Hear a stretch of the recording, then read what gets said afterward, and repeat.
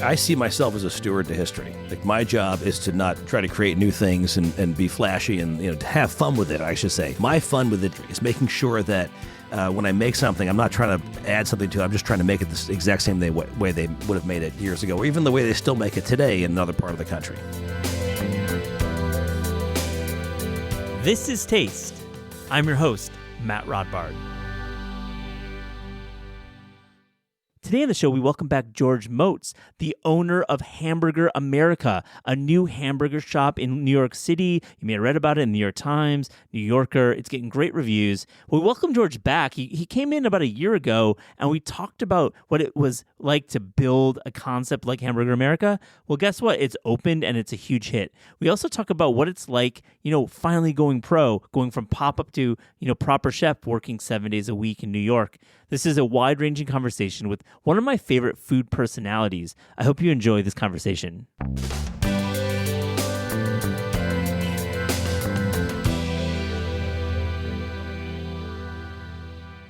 George Motz, welcome back to This Is Taste. What is up? Hey, thanks for having me back. Man, I had you in, I think, like late May, early June, and Hamburger America was just about to kind of open-ish. And I've been back, and I'll get to my experience there. But man, you back your shit up. It was as good as you said it was going to be. Well, if I said I was opening near June, I was wrong. I was probably right. I couldn't believe how much longer it actually took. Yeah, I mean, it's one of those things that you obviously had to deal with New York City. But it's the press has been just there. But I was waiting in line for the week one, and I waited in line for your burger. Yeah, I saw you in line. I was kind of surprised, but I was happy to see you. I was not surprised you were there, but I was surprised that you didn't text ahead and try to get a seat at the counter. I was very impressed that you just wanted to be like everybody else. Listen, my guy, if I'm gonna like put stuff on the gram, I'm gonna go, and I'm gonna go unannounced as much as I can, because good for you. I'm trying to be a little objective here. Let's just talk about, were you working service last night? Yesterday? No, actually, yesterday was my day off. Okay, yesterday. We're recording on a Tuesday, so I was hoping. So what was Sunday like? What was the Sunday service? Sunday's nice. Sunday is a little bit of a goat rodeo in there because it's a lot of strollers and families, which is great. We love them so much. We got to put on some lists like top, 15 places to take your kids for lunch, like in the first week we were open. Yeah. Which is great. That's exactly what we are. We're not a bar. We're not supposed to be some late night hang. We are literally, at its core, a retro diner in a way. Like a beautiful. To me, it's a very beautiful diner to me, with great simple food, nothing complicated, and that's exactly where kids and families are drawn to. I mean, it feels like there's also, with that being said, I would say every 20 to 28-year-old hype beast streetwear aficionado on the male side and the female equivalent.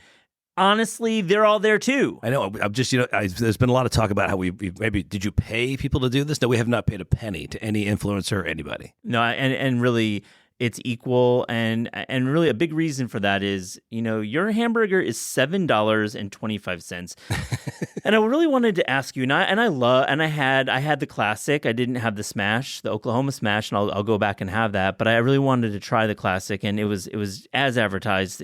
Beef was perfectly seasoned. It felt like the bun ratio was right. But you're selling it at $7.25. Just be honest with me. Is this the Best Buy DVD model of the 90s, a loss leader just to get people in to check you out? Loss leader. I like that. It's funny. It's actually not designed as a loss leader.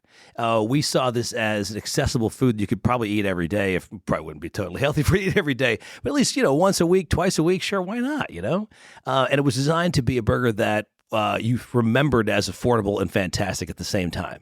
It's not one or the other. It's not fantastic and expensive. It's not affordable and disgusting. It's actually both, I think. And it was really designed to be sold in volume. We're selling a lot of hamburgers. We're selling a lot of I'll tell you right now, it's a lot of hamburgers. They are unquestionably the king of the menu right now. Our sandwiches are doing great. Well, they're doing really well. People are hitting the egg salad? People are loving the egg salad. Yeah. It's my mom's egg salad. I know. You said that in the last interview, and I think I was skeptical, but I did order the egg salad as well. It's fucking good. It's nice fantastic. work. It's only 3 ingredients. It's just perfectly cooked hard-boiled eggs, good mayo and salt. And mustard. We use a little bit of salt, but also French's yellow mustard. That's it. You're using French's. What's the mayo?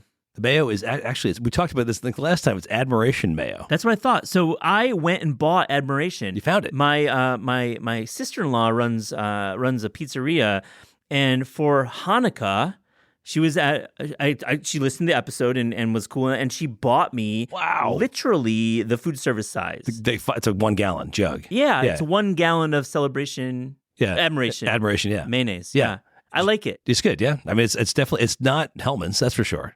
It's not. I think Duke's is still higher in my book, but I use it. I literally will be using it until I'm 70. So because I have a gallon of it. I can actually go through a gallon in about 4 months.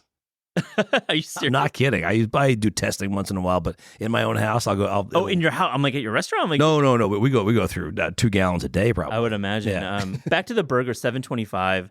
You're not doing like that drug dealer thing where you're giving people a taste and then you're going to raise it to $11.25. No. We actually, I mean, it's funny. When we were about to open, we still had the paper on the windows, and I would see people stick their head in the door and say, "When do you open?" And we'd tell them, and I remember thinking they're probably thinking this is going to be some other, another like $20, Soho hamburger joint, but it's not at all. It's not at all.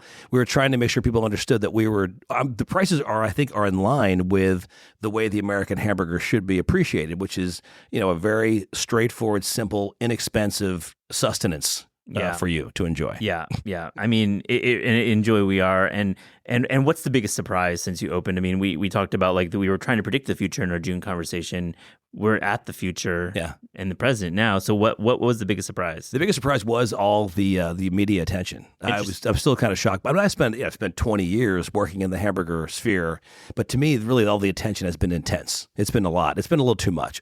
So I told you the other day, it's like, okay, I wish we could have spaced all this out. It would have been nicer to have it, a little bit here, a little bit there, but it's all sort of come at the same exact moment. I mean, George, let's be honest though. You had was it Michael Bloomberg there? Well, he's an old friend, so that's why he was there. Okay. Yeah. Well, I mean, I feel like that you've got like this big personality. He's an old friend. Okay. He's an old friend. We go way back. I actually helped. I wasn't allowed to talk about this at the time, but I actually helped make. I taught his chef at Gracie Mansion how to make a great burger.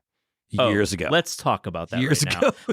So Bloomberg is like, I like hamburgers. I am Michael Bloomberg. And if you lived in New York, he was, he ran the city. He's not a technocrat, but it's definitely in that vein. Yeah. Some would call it that, but it's not a political show. But he's like, I want the best. I want to like outsource. So what did you do in this like lesson in Gracie Mansion? He came to an event we did, and he said to somebody, "I don't care what it takes. I need to get him to Gracie Mansion to show my chef how to make a burger." And that was it. So he paid me privately. It was nothing done by the city at all. At the time, remember, Gracie Mansion was also open to the public. Oh, sure. So if you had an organization, you could technically rent for a donation Gracie Mansion for your huge event. So when the Bloomberg Venmo hits, what are you buying? No, it wasn't that much money. All right, I would imagine it was. It was a stipend. It was a thank you for doing this kind of thing. But I did it 3 years in a row. Actually, I went back and retrained the chefs once a year for all their public events. We call that dialing it in. You're just dialing in the Gracie Mansion. I was dialing it into Gracie Mansion. Yeah. Well, so this is the thing: if you went to Gracie Mansion in those years during the Bloomberg administration and you ate a cheeseburger, it was probably my burger. Yeah. Damn. Well, that's a whole aside. I didn't even prep for that, but I want to get to other points. But man, I want you back. Like we're doing this every 6 months. I love talking to you, George. Let me ask you, what would Josh Ozersky say about Hamburger America? Josh is somebody who I think a lot of our listeners may have kind of forgotten about Josh, and he's a problematic character. I think he had some ups and downs in his career. I knew Josh personally. I saw him very close the night he passed. Unfortunately, that's a very sad story, but. Back to Josh, he was a hamburger scholar like yourself. I think you've kind of taken the Josh Ozersky reign. But what would he think about your restaurant? I truly believe that I mean this from the bottom of my heart. He would take the first bite of that cheeseburger and a tear would literally slowly creep down his cheek. Because he would say, he would know that there's good in the world and that we actually did the right thing. I'm not just making that up. I truly believe that I really respected Josh when he was around. I'm sad. We're all sad that he's gone. We are sad. It's the headline there. He was bigger than life. Yeah. I could never be as big as him in terms of like the persona and the bravado, but he definitely unquestionably would have loved this burger. Sometimes I almost think that I made the burger for people like him and maybe even specifically for him. Well, I mean, you did because of the way that you're talking about your guest burgers, and we'll get to that, your hamburger heroes, you call it. I think that's part of the Josh Ozersky ethic. I will just say and interject that you've certainly surpassed Ozersky in my opinion because of the way your YouTube media has really blown up and just the way you conduct yourself. I really respect you, George. I think you are there a lot, and I think people who meet you are like, wow, that guy's actually cool. He's not just like some dude on YouTube. I'm also there. I'm doing the work. I cook on the griddle. Every day I'm in the restaurant, I'm on the griddle. There's no question about it. We're open now 7 days a week. And what I do is I actually make sure that I'm on at least one shift. I almost had a little burnout. A couple of weeks ago, a friend of mine texted me and said, "How are you holding up?" And for the first time, I wrote back to somebody who asked that question. I think I'm kind of burning out. And I realized that I was doing doing 2 shifts a day for 5 days a week. We went to 7 days, and I started doing, one shift on those 2 days that I should have been taking off. My partner said to me, "You need to take the day off. You need to actually, don't try to be a hero. One day. Well, just take something off, And I was, at one point, in the very beginning, I was working about 7-8 hours, sometimes straight on the griddle. It was insane. And I was used to doing one pop-up a week. Now I'm suddenly... Well, yeah, let's get into that, because you told me you were going to be there 7 days. You've backed it up. I love that. And going from pop-up chef who's doing big service once a week at like bars to like doing these 8-hour shifts 7 days a week. How are you holding up physically? What does it take? Like, are you like feeling aches and pains in places you never knew would ache and pain? Oh, absolutely. I'm learning all new things about my body and my hands. My hand. I have this, trigger finger is, what that is? Yeah. So I have one on my right hand from smashing burgers. I wake up in the morning and I cannot straighten out my ring finger. It won't straighten out. Yeah. I have to actually push it into place, and it clicks like a trigger. It's like a trigger thing. Yeah, I know. It's like a little bit. It's like a palsy. It's like a lockup. Yeah. And it's just from the way I hold my spatula and smash. I've got smash finger. That's what you got to get some ergo guys in there. I feel, George, I'm looking out for like New York burger scene. We don't want to lose you to like some PT. Well, it's not even just me. I mean, I've got people who I've trained to work on the griddle who are at this point are honestly probably doing as well as me, if not better. Yeah, and they're going to have the same aches and pains. I guarantee. The way we scrape the griddle, the way we smash patties, it all involves certain parts of the way you use your hand. And I guarantee that they're also feeling the same pains. I mean, keep in mind, a lot of these guys are like 30 years younger than me. I know. I mean, you're young. You're young at heart, but you're not the youngest man in the world. But I feel the one big part of what Hamburger America does is you sit at the counter and you talk to people. Right. People take selfies with you. People take incognito like paparazzi photos of you. So what are these exchanges like at the counter? I mean, you're getting your photo taken 100 times a day. Yeah. It's kind of intense. 600 times a day? It's insane. Sometimes I'm so engrossed in what I'm doing. I'm looking down at the griddle. I liken it to like, it's like a surfer watching the waves. I would look at the griddle. I'm actually looking at the griddle and trying to figure out what's cooking, what's finishing, what I just begin, how's this going over here? And I look up and there's cameras in my face all the time, which is fine. And some of my newer cooks, younger cooks who are not really ready for that kind of like sort of air quotes fame, don't really like all the attention because they take pictures of them too. Well, they're taking pictures of them, but also the burgers on the griddle. They just look up and they're see putting cameras their pixel too. like 3 inches from the smash, and you're like.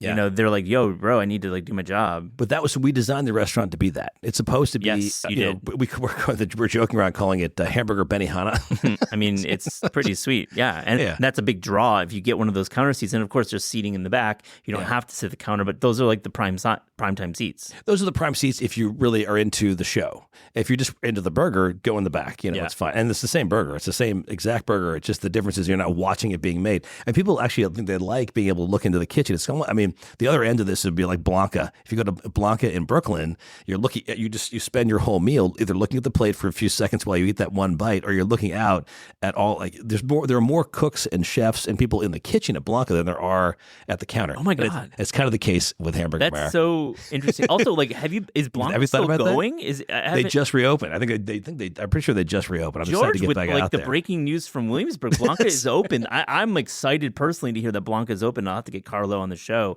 I love Blanca. It's a good spot. But like Blanca, there are more people behind the counter than there are at the counter. So if there's 11 stools at the counter, and we probably have 12 in the kitchen. Yeah, that's a great ratio. Yeah. So what are waits looking at these days? Say like on a Friday or Saturday, are we still looking at 20, 25 to get in?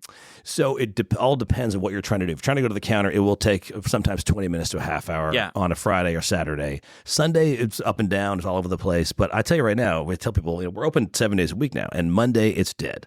Yesterday we did steady, great business, but You could walk in and get a burger and be out of there in 5 minutes, honestly. Yeah, and that's the beauty. You really can. And I love the service. I had a wonderful experience with a server who just was like great vibes. We talked a little. It wasn't over talking. You clearly are training your guys. Right, so that was probably Allison. Was it a guy or a girl? It was a black gentleman. Yeah, so, that's Dell. Dell. So Dell? Yeah, Dell. Let me give Dell a shout. Dell is really cool. Like Dell, I thought was he didn't know the fuck I was. I'm just a guy, and I'm like asking him a little bit, and he just treated me like I was the way I get treated sometimes when people know I'm a food writer. It's just beautiful to see that. Like just a really cool experience. We've been blessed with these servers who have come to us. We've been blessed with some really amazing people, really great characters, who really understand like what it's like to be a server. Yeah. And Dell's a perfect example. Dell walks around with his own Polaroid camera and sometimes takes pictures on his own dime with his Polaroid camera. I think just for fun. Yeah. Say hey to Dell for me. I'm going to come back and definitely hang with him. Okay. So was there a menu item that flopped off the opening menu? That's funny. The only thing I would say was that so far we're doing great. Everything on the menu is selling. Every single thing on the menu is selling. Yoo-hoo is selling. Yoo-hoo's selling. I was actually surprised. I'm surprised too. I think it's cursed. It's a cursed beverage in my but that's just me. Sorry. But Yoo-hoo's a great beverage. Oh my God, we disagree hard on that. Oh, it's chocolate water. It's wonderful. Oh, it sounds great. You're selling it hard. I mean, the reason I'm saying it's not my favorite is that you've got great milk. You've got great dairy. Are you doing Ronnie Brook? No, we're just doing regular milk. Yeah. The milk that comes in from the big box trucks. Yeah, it's all good. Yo, all good, man. But like, I'm not judging about that. But like Yoo-hoo, to me, I don't know, man. If you're gonna have you have great milk, you have chocolate milk. I just go that way. Well, it's based on the brand. I mean, it's actually a pretty strong tri-state area brand. Oh, okay. Not people who don't order if they come from there. What the Yoo-hoo? What is that? Wait, Yoo-hoo is tri-state? Oh yeah. I mean, it's available all over the country pretty much, but it's become. I mean, it was invented in New Jersey. By a chemist or something. Yeah, I'm not trying to pick on Yoo-hoo, dude. And like write in if you like Yoo-hoo. We could have another conversation. But I'm glad everything's working. I mean, what about the other menu items, the sandwiches? Are people going in that direction too? Yeah, the sandwiches are actually selling very well, and the egg salad is selling surprisingly well. We had an original party just to thank the investors, and there was a woman at the party, and she said we had a test menu on the wall, and she said it was like a year before we opened, and she said you should definitely have egg salad. So I hadn't even considered it, and it's our biggest selling sandwich right now. Speaking of thanking the investors, I believe the investors probably are going to be thanking you at some point, and I'm joking, but. From the optics are long lines, great Helen Rosner review in the New Yorker. I'll get to a quote by her. Other great press. Are you making money? Yeah, we are. We're making money. Good. There's no question about it. We have. We're still working on paying off some of our debts, but we're doing great. Of course, you'll pay off debts. Yeah, and then of course I have to ask expansion, because this is obviously set up where you're going to be there all the time. So I would say a big no for expansion. But that said, if you get this beautiful tribute to a hamburger restaurant from the 50s and 60s in like Vegas or Brooklyn or Madison, Wisconsin, it's probably going to crush. I think it will. We do believe it will, but we're not even talking about expansion until we get this one completely 110% right. That's the plan. But we are thinking about it. We're considering it, but not talking about it. Okay, I respect that.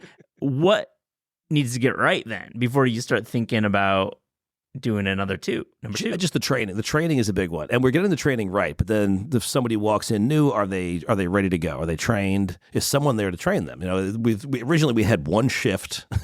We're open 5 days a week with one shift. Now we have 2 shifts. I think we have something called a swing shift. I don't know. Yeah, and it's expanded now, and people are there. Right now, I don't know who's in the restaurant right now. I'm not there. I will go down there after this podcast, and I will find out who's there, and I'll see. I'll have to look at the griddle and see who is the trainer. Was the trainer just trained? Yeah. These are things you have to worry about. So once we get into a groove where everything is working, right now the good news is that all the food is coming out, I think, perfectly, which is nice. I mean, for the most part, it's all coming out the way it should. I mean, we have very, very few things to worry about in the restaurant in terms of the food. There are every menu item, and there's only 10 food items, 14 drinks. Each one only has a few ingredients in it. I mean, the lemonade is lemons and sugar and water. And that's it. Like for example, the tuna salad is a few ingredients, and that's it. Egg salad is 3 ingredients. The onion burger is 5 ingredients. Less variable costs. I would say less variable costs you can project, and I mean, price of beef. I was just spending time with some pit masters in South Carolina, and we were talking beef prices. I mean, how do you protect yourself against like spikes in beef prices? We know what's going on. We work with a great meat packer, Schweid and Sons, and they're also friends. They were friends of mine first, which is nice. And so they want to make sure that we're protected in terms of the prices. And they're very upfront with us. And there has been already some fluctuation, but we're okay with it. But you're keeping it at $7.25, I'm believing that this is going to be the price for a little while. It's going to be a little while, yeah. We may have to bump it up a little bit depending on what goes on with the beef prices. And the raise in minimum wage, I think, may be also an issue. I think that will be an issue. Labor is the big issue. I'm going to quote Helen Rausner. She wrote a great piece in the New Yorker. Quote, Motz's restaurant may be a pastiche as much as it's a temple, a meticulous facsimile of the time-worn and beloved, but at least he's not stingy with the credit. The question at the end of that great quote is, what credit was needed for hamburgers when you were thinking about opening Hamburger America? That's a great question.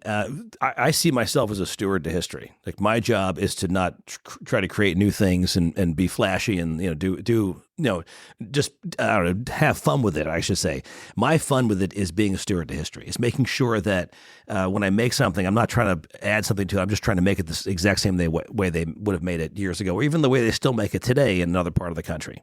I think that's what she meant. I'm pretty sure. I think that's definitely what it meant, and I think part of that being a steward of history is your your tribute to the hamburger heroes. Right. And of course, the one that jumps out at me, and we talked about this in the last interview, is the Olive Burger from Weston's QP in Lansing, Michigan. I'm from West Michigan myself. Oh. I have to shout out Hot and Now in Sturgis, Michigan, the only remaining Hot and Now that remains, and they're famous for their Olive Burger as well. Right. Are you like bringing individuals from Lansing into the restaurant? Yes. We are. So the plan is they were going to be the first. We have a conflict now. It's been very complicated to try to get this Hamburger Heroes program off the ground, but we're working on it actively. It's happening. Yeah. I've been talking a lot with Autumn Weston from Weston's QP in Lansing, and she's on board to come, I think, in May or June, and at this point. But the point is, I was speaking to her the other day, and I said, we're going to make an olive sauce. She said, well, no, we have to actually make our olive sauce and bring it with us. Oh, okay. Oh. So we're working on that now. Amber's going to be working maybe the weekend if we're doing an olive sauce for 6,000 olive burgers. So we may be limiting the number of burgers if she can only bring in so much, and if she's going to ship some to us. These are the logistics that we have to work at, but we want to keep it real. We want to make sure we're not trying to, copy what they're doing or make something that's, similar. We actually want to make the exact things. People know when they come to the restaurant, they're getting the exact same burger that they would get if they were in Lansing, Michigan. So the olive component is in the sauce, or are you doing chopped olives on it as well? So apparently only 3 people know the recipe to Weston's QP olive burger sauce. And I don't know what it is. I can probably imagine. It's actually, if you know the olive burger, there's a lot of debate over what an olive burger should be, even who invented it. It's a lot of weird debate. In fact, it's so complicated. Do you have my cookbook? I don't know if you have my cookbook. Oh, I do actually. I have it on my stack. Look at the cookbook, because there's actually in the olive burger recipe chapter, there are 2 olive burger recipes. Oh, I couldn't pick one because there were 2 very, very distinct recipes out there. Oh man, and we're talking primarily green olives here. Yeah, these are just chopped green cocktail olives. Yeah, so I think that's the key. If you're trying to envision it, I obviously am a big fan of Hot and Now in Sturgis, Michigan, so I know it. These are green olives. These are not black olives. So I think some of our listeners might be thinking these are black olives, but no, green cocktail. We're not talking about the fancy Italian ones. We're talking about the ones you get in the martinis. Exactly. Yeah, they're salty. They're super salty and vinegary, and you mix that with mayonnaise and a little bit of sugar, and you basically have one of the greatest hamburger toppings ever. You gotta let me know when she's in town. Oh, definitely. I want to go hang. Absolutely, yeah. That's so cool. Are there any unannounced Hamburger Heroes you want to talk about now, or anybody? I mean, I could. I mean, I'm going to bring. I'm hopefully, the plan is to bring in John and Bonnie from the Bobcat Bite, or the old Bobcat Bite, which is now called Santa Fe Bite, for the green chili cheeseburger. Oh, that's so good. From Santa Fe. Yeah, that's John and Bonnie Ecker, 2 of my favorite people in the hamburger world. And they people love the green chili cheeseburger. I mean, they really do. So that's going to be kind of an easy. It's kind of a slam dunk. We're bringing in Glenn Fieber.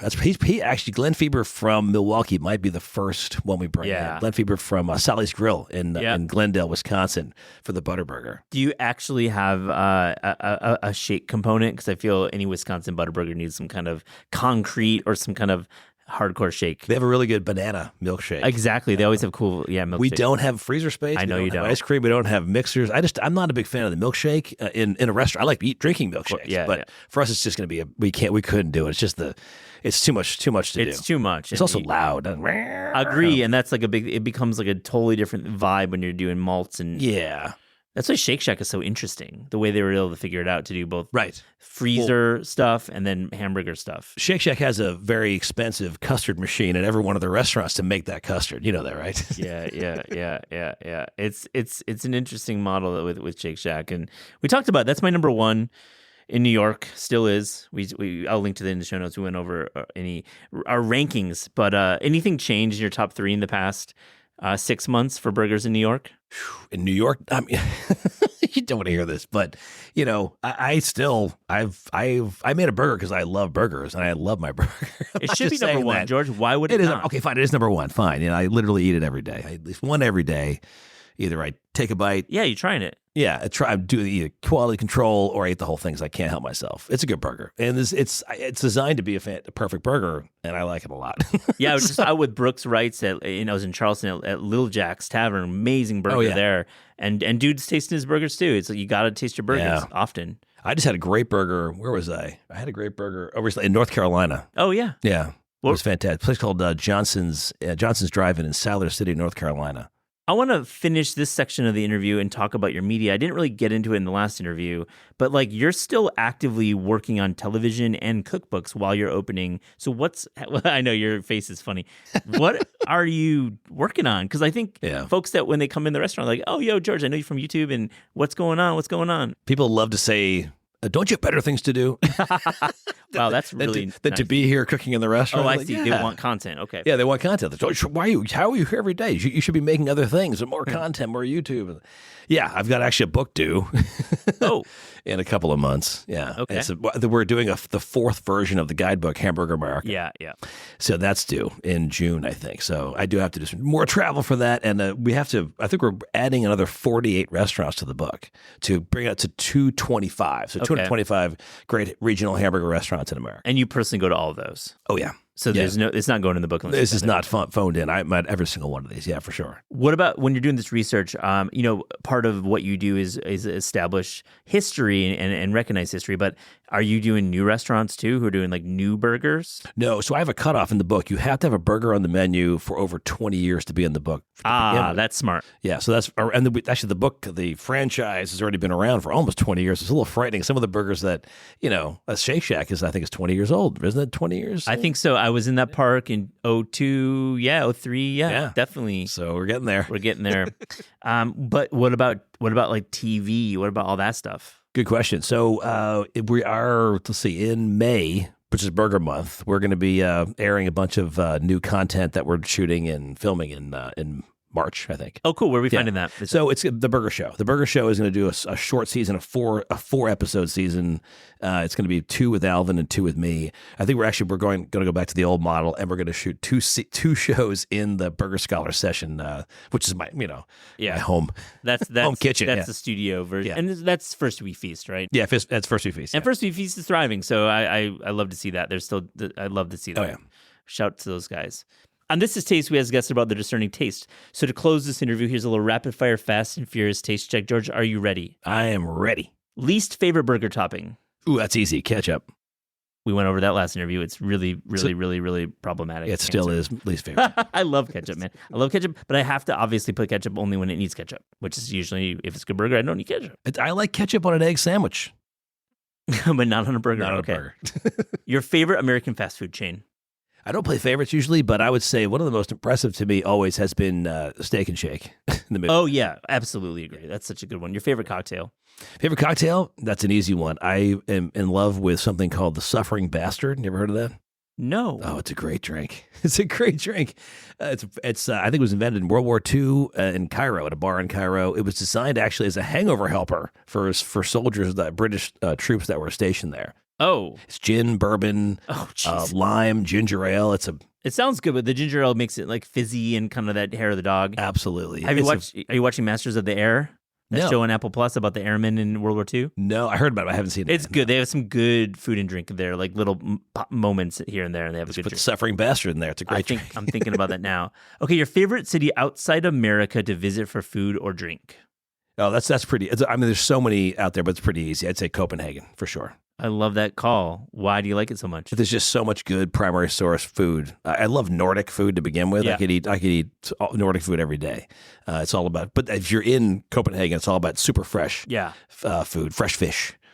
I love it. And there's just it's a culture that prizes food, that pays more for food, and it's usually from top to bottom pretty excellent quality products. Yep. Absolutely. Favorite burger you have tried since June that is not yours? I have to go back to Johnson's Drive-In in Siler City. Yeah. For sure. It was it's called a cheeseburger all the way, which I think it looks ugly. Looks like it's been stomped on. But it was one of the greatest burgers I've had in a long time. A new burger you want to try, something that's like creeping into your DMs, that's like creeping in, that like people are like, hey, try my burger. Anything there's a lot of them out there. I don't want to name them all, but I haven't been to Fort Charles yet. Oh yeah, Fort Charles. I've not had the Fort Charles Prime. Yeah. Yes, I haven't had that burger yet. I probably should. Also, yeah, I haven't had that burger yet. Yeah. Best bun for a burger. I think the best bun for a burger is a potato roll. Yeah, it's what you're doing right now. Yeah, It's no the question about it. Worst bun for a burger. Oh, that's easy. I'd say a brioche. Okay, well that's a kind of a controversial choice. I think there's some really interesting brioche burgers out there. Why so? There's too much sugar, I think, in a brioche bun. A lot of times, the first thing that happens when you take a bite of a burger is your nose smells the top of the bun.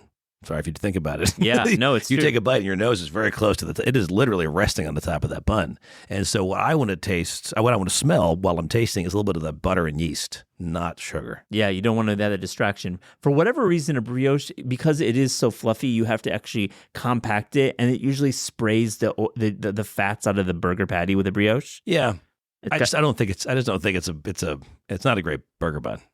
Great if you're for like breakfast. Oh, sure. Egg sandwich on brioche, of course. Exactly. Good call. Last one, your favorite sandwich. Favorite sandwich? I just ate one yesterday. This is a true story. The DeFonte's roast pork special. Have you had this before? I've had plenty of DeFonte's. I haven't had the special, I don't think. Oh, man. 4 ingredients, okay? Broccoli rabe that's been cooked and like sauteed in garlic and oil. Roast pork, like sliced roast pork. Provolone, slice of provolone cheese. And fried eggplant. Beyond ridiculous. They have a gravy that you take the pork gravy and dip it. Oh my god! DeFonte's has come up like 3 times in the past 3 months. So I love that we're circling back on DeFonte's a lot. It's a good one. George Motz, what a pleasure. Thank you so much for joining This Is Taste. Thanks for having me.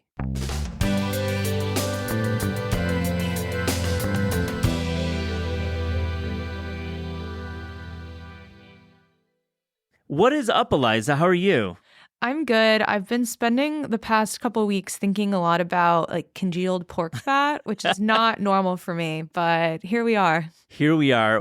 It came up in an edit meeting, and you had identified this trend of the terrine, and you write about it this week on Taste, and I always wanted to kind of get into it a little bit because this is a dish that I associate with the 50s and 60s. You think of terms like aspic, you think of things like Jell-O, but honestly, it's not a retro thing right now as you write. It's actually a progressive thing, and you're really interested in it. So let's hear about a few of the restaurants and what's going on in the world of terrine. Yeah, well, I guess I could say like my personal terrine journey. I think the first time I encountered terrines as a concept was probably with those Instagram accounts that chronicle dinner party food in the 50s, 60s, and 70s. So it certainly wasn't this kind of like, what is this loaf of things mashed together kind of experience. I also I think I was only raised eating like bacon and al pastor as the kinds of pork as like an LA Jewish girl. So it wasn't really the kind of thing that I would be inclined to order per se, especially like kind of like a hunk of like room temperature pork, not really like what I would gravitate towards. But when I was in London at the end of last year, every single wine bar that we were going to, people were saying, oh, you have to order the terrine. All of these like food people that we were with were really excited about it. And I started eating these terrines and just kind of thinking about like, okay, what is the utility of this dish that's very historic in this current moment? And then when I came back to New York, maybe it's like that thing when, you start to notice something after you become aware of it. But I started noticing all of these restaurants that were doing terrine. And through the reporting process, I did come to find out that it was kind of like a newer menu item for a lot of these places. And also the kind of the ways they're thinking about terrine and the flavorings were kind of unique and different to me. I love that you identified this as not just being pork, because I think that's key. I think you say there's vegetable terrines as well. But let's go back to pork first and hear a little bit about why is pork so good in that terrine form? Because you haven't really sold it, I must say, on this episode. It kind of sounds gross to me, but I'm just being honest, and maybe it's not. Well, I would say it's not just pork. Pork is very common because fat is like really what carries flavor in general in food, but specifically in a terrine. And so pork fat, I think, is something people will often turn to use. But even in the course of reporting this, so I went to 40 Maltby in London, which is a very like well-known and popular wine bar, and I had a pork terrine there. Also at Cafe Cecilia in London. I think that was the first pork terrine that kind of turned things around for me. It had dried cherries kind of mixed into it as well, and it was served with really thick bread that you could kind of smear it onto, and almost like how andouille would be a condiment of pork fat, But I do write about like there's all these all vegetable terrines and like mushroom terrines. Also like duck is a very common terrine item. So I think you can have a vegetarian terrine, but it is kind of a different eating experience. Well said. And I think there's one thing about terrines that really works is it kind of slaps on social media. It kind of works really well. It just like looks interesting, and somehow like that overhead shot of a burger that used to be cool in like 2009, the terrine is like working on social media in 2024. Yeah, it's almost like a slice shot, and that what is inside of it is on full display. I talk about this like Tokyo-based restaurant called Bistro Inochi that is doing a vegetable terrine that kind of blew up on social media. It has so many different kinds of, I think they say 50 different kinds of vegetables that are all kind of set in a chicken stock. And the comments on this video are really funny because it's all of these people who are like truly baffled at what this item is. Like to them, it is not food. There's no idea that this could be food. There's a comment that I've had to quote in the story, which I love to do, that says, "Babe, what's wrong? You've barely touched your tiny miscellaneous rainbow items and orange trapezoid loaf." It really does look like that's. And that is exactly what it looks like. And the restaurant eventually had to update their caption in English to say this is food because people were so baffled. But I don't think all terrines are necessarily as maximalistic as that. And certainly like, I read about this foie gras terrine at Claude. That's just pure foie gras the whole way through. It's very obvious when you're looking at it what it is. Yeah, terrine can be definitely like singular as well. It doesn't have to be like intricate. It could be a little bit foie gras that was like, in between two starches or whatever. And I wonder, is there something in the restaurant that allows terrine to work? Like, is it like a better like margin? Is it like easier? It's obviously plated to order. They slice to order, but it seems like it probably keeps for a little while. Yeah, so it's a good question. I would say like the foie gras terrine, probably not helping margins, but certainly like I write about this terrine that was a mixture of pork and duck at Hasdak Biet's pop-up that I really liked, which is a kind of a Vietnamese style of terrine. It has lemongrass and fish sauce and all these other kind of flavorings in it. And they're a pop-up, so they don't necessarily have the ability to use something from last week and what they're making next week. They're kind of like using up as much as what they have in the moment. And they had duck scraps left over from another dish on the menu, so that went into the terrine. It also happened to make it delicious because you have different flavors of meat going forward. So I think certainly for a lot of restaurants, being able to use up all of the parts of an animal, terrines help for that. And it is a 3-day process, but it's not a very active process. You're kind of compiling and then setting it, and like active set, pressing it, slicing it. And if you go to a lot of the wine bars, certainly in France where terrine was popularized and originated, and across Europe, they'll often have terrines just kind of sitting out on the table for the day, and you can kind of slice through it as it goes and then wrap it up and it'll keep for a little while. So I think that is really useful. I think the other component is just that they're kind of delicious and indulgent, and that diners are becoming like more and more interested in it. Some of the chefs I spoke to talk about like that the city is having a little bit of a Francophile moment. So maybe people are even going to Paris and having a terrine at one of these wine bars and then being interested in it. But also people are just doing different things like at Wen Wen, which is kind of a Taiwanese American place in Brooklyn, they're deep frying their terrine. Yeah, I love that. It doesn't look like a typical terrine, at least on the Instagram, but it looks like it's such a winning dish because it's playing with textures all the way. Yeah. And this meaty fat is kind of like getting gooey when it goes into the deep fryer. It's kind of undergoing a second transformation. That's right, because it's starting cold inert, it definitely has a look, and then you fry it, and then it like all kind of blends together. Would you attempt making a terrine at home? Have you thought about this? I'm so glad you asked because I have recently been watching Top Chef for the first time in my life. And last night, somebody tried to make a terrine on the show and it was a huge mistake. So I think if like an executive chef can't do it, I would definitely not go to the process of like involving aspic in my own home. But luckily for me, I don't have to. There's a lot of other places I can go to. Wait, are you going back to season 1, Harold Dieterle season? I'm watching the 2 seasons, which are currently on Netflix, which are season like 16, which was the Colorado one. Oh. That Fatima Ali and Claudette Zepeda are on. And then now I'm watching, I think it's season 6, which is their Las Vegas. Oh, God. Give me some season. characters from 6, because that was definitely my wheelhouse. It's like the Let's work through the Voltaggio brothers. Yeah, Brian and Michael. Yeah, who are just so competitive against each other the whole time. Oh my God, I used to hang with the Brian. I used to know him. He had a really? Yeah, Michael was big in LA. I haven't seen him in years, but Brian had a restaurant outside Baltimore that was really good. Yeah, and also Jennifer Carroll is on that episode. Jen Carroll, man. She's holding it down. Dude, she's like famous still. Yeah, I mean, I believe it. Even watching like the first episode, I'm like, this person has their shit together. Like, I'm gonna follow them through That's that. not Ed Lee is not on that episode, is or that season? Not that season, but it is very interesting to be watching it in like such a different era of food culture. I know, right? It's like totally a time capsule in a fun way. Oh my God, the Top Chef rewatch. We should like definitely talk about We could do a Top Chef like segments about old seasons and remembering them. I mean, it won't be a rewatch, but I mean, for me, it's the first time, but I think it is very interesting to be coming into it in that moment, especially like people who I know of as someone that was on Top Chef, but I don't know them for that work. To like see them back in that moment in time is kind of fun. Do you appreciate, now that you're watching the show, like the talent on display?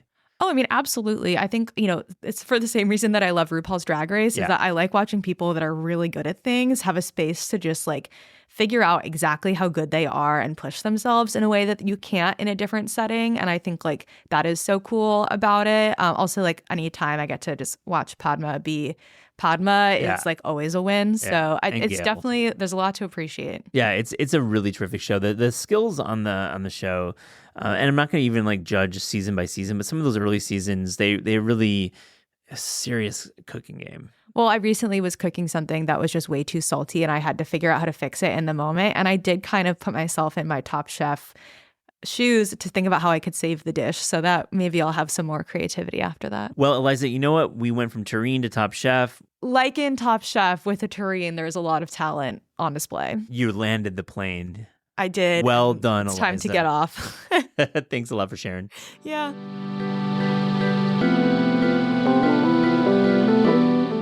This is Taste is hosted by Eliza Abarbanel and me, Matt Rodbard. The show is produced by Shalia Harris and Pat Stango and edited by Clayton Gumbert. Theme music by Steve Rydell. Visit Taste online at tastecooking.com and make sure to subscribe to our newsletter for updates on all cool things that are happening.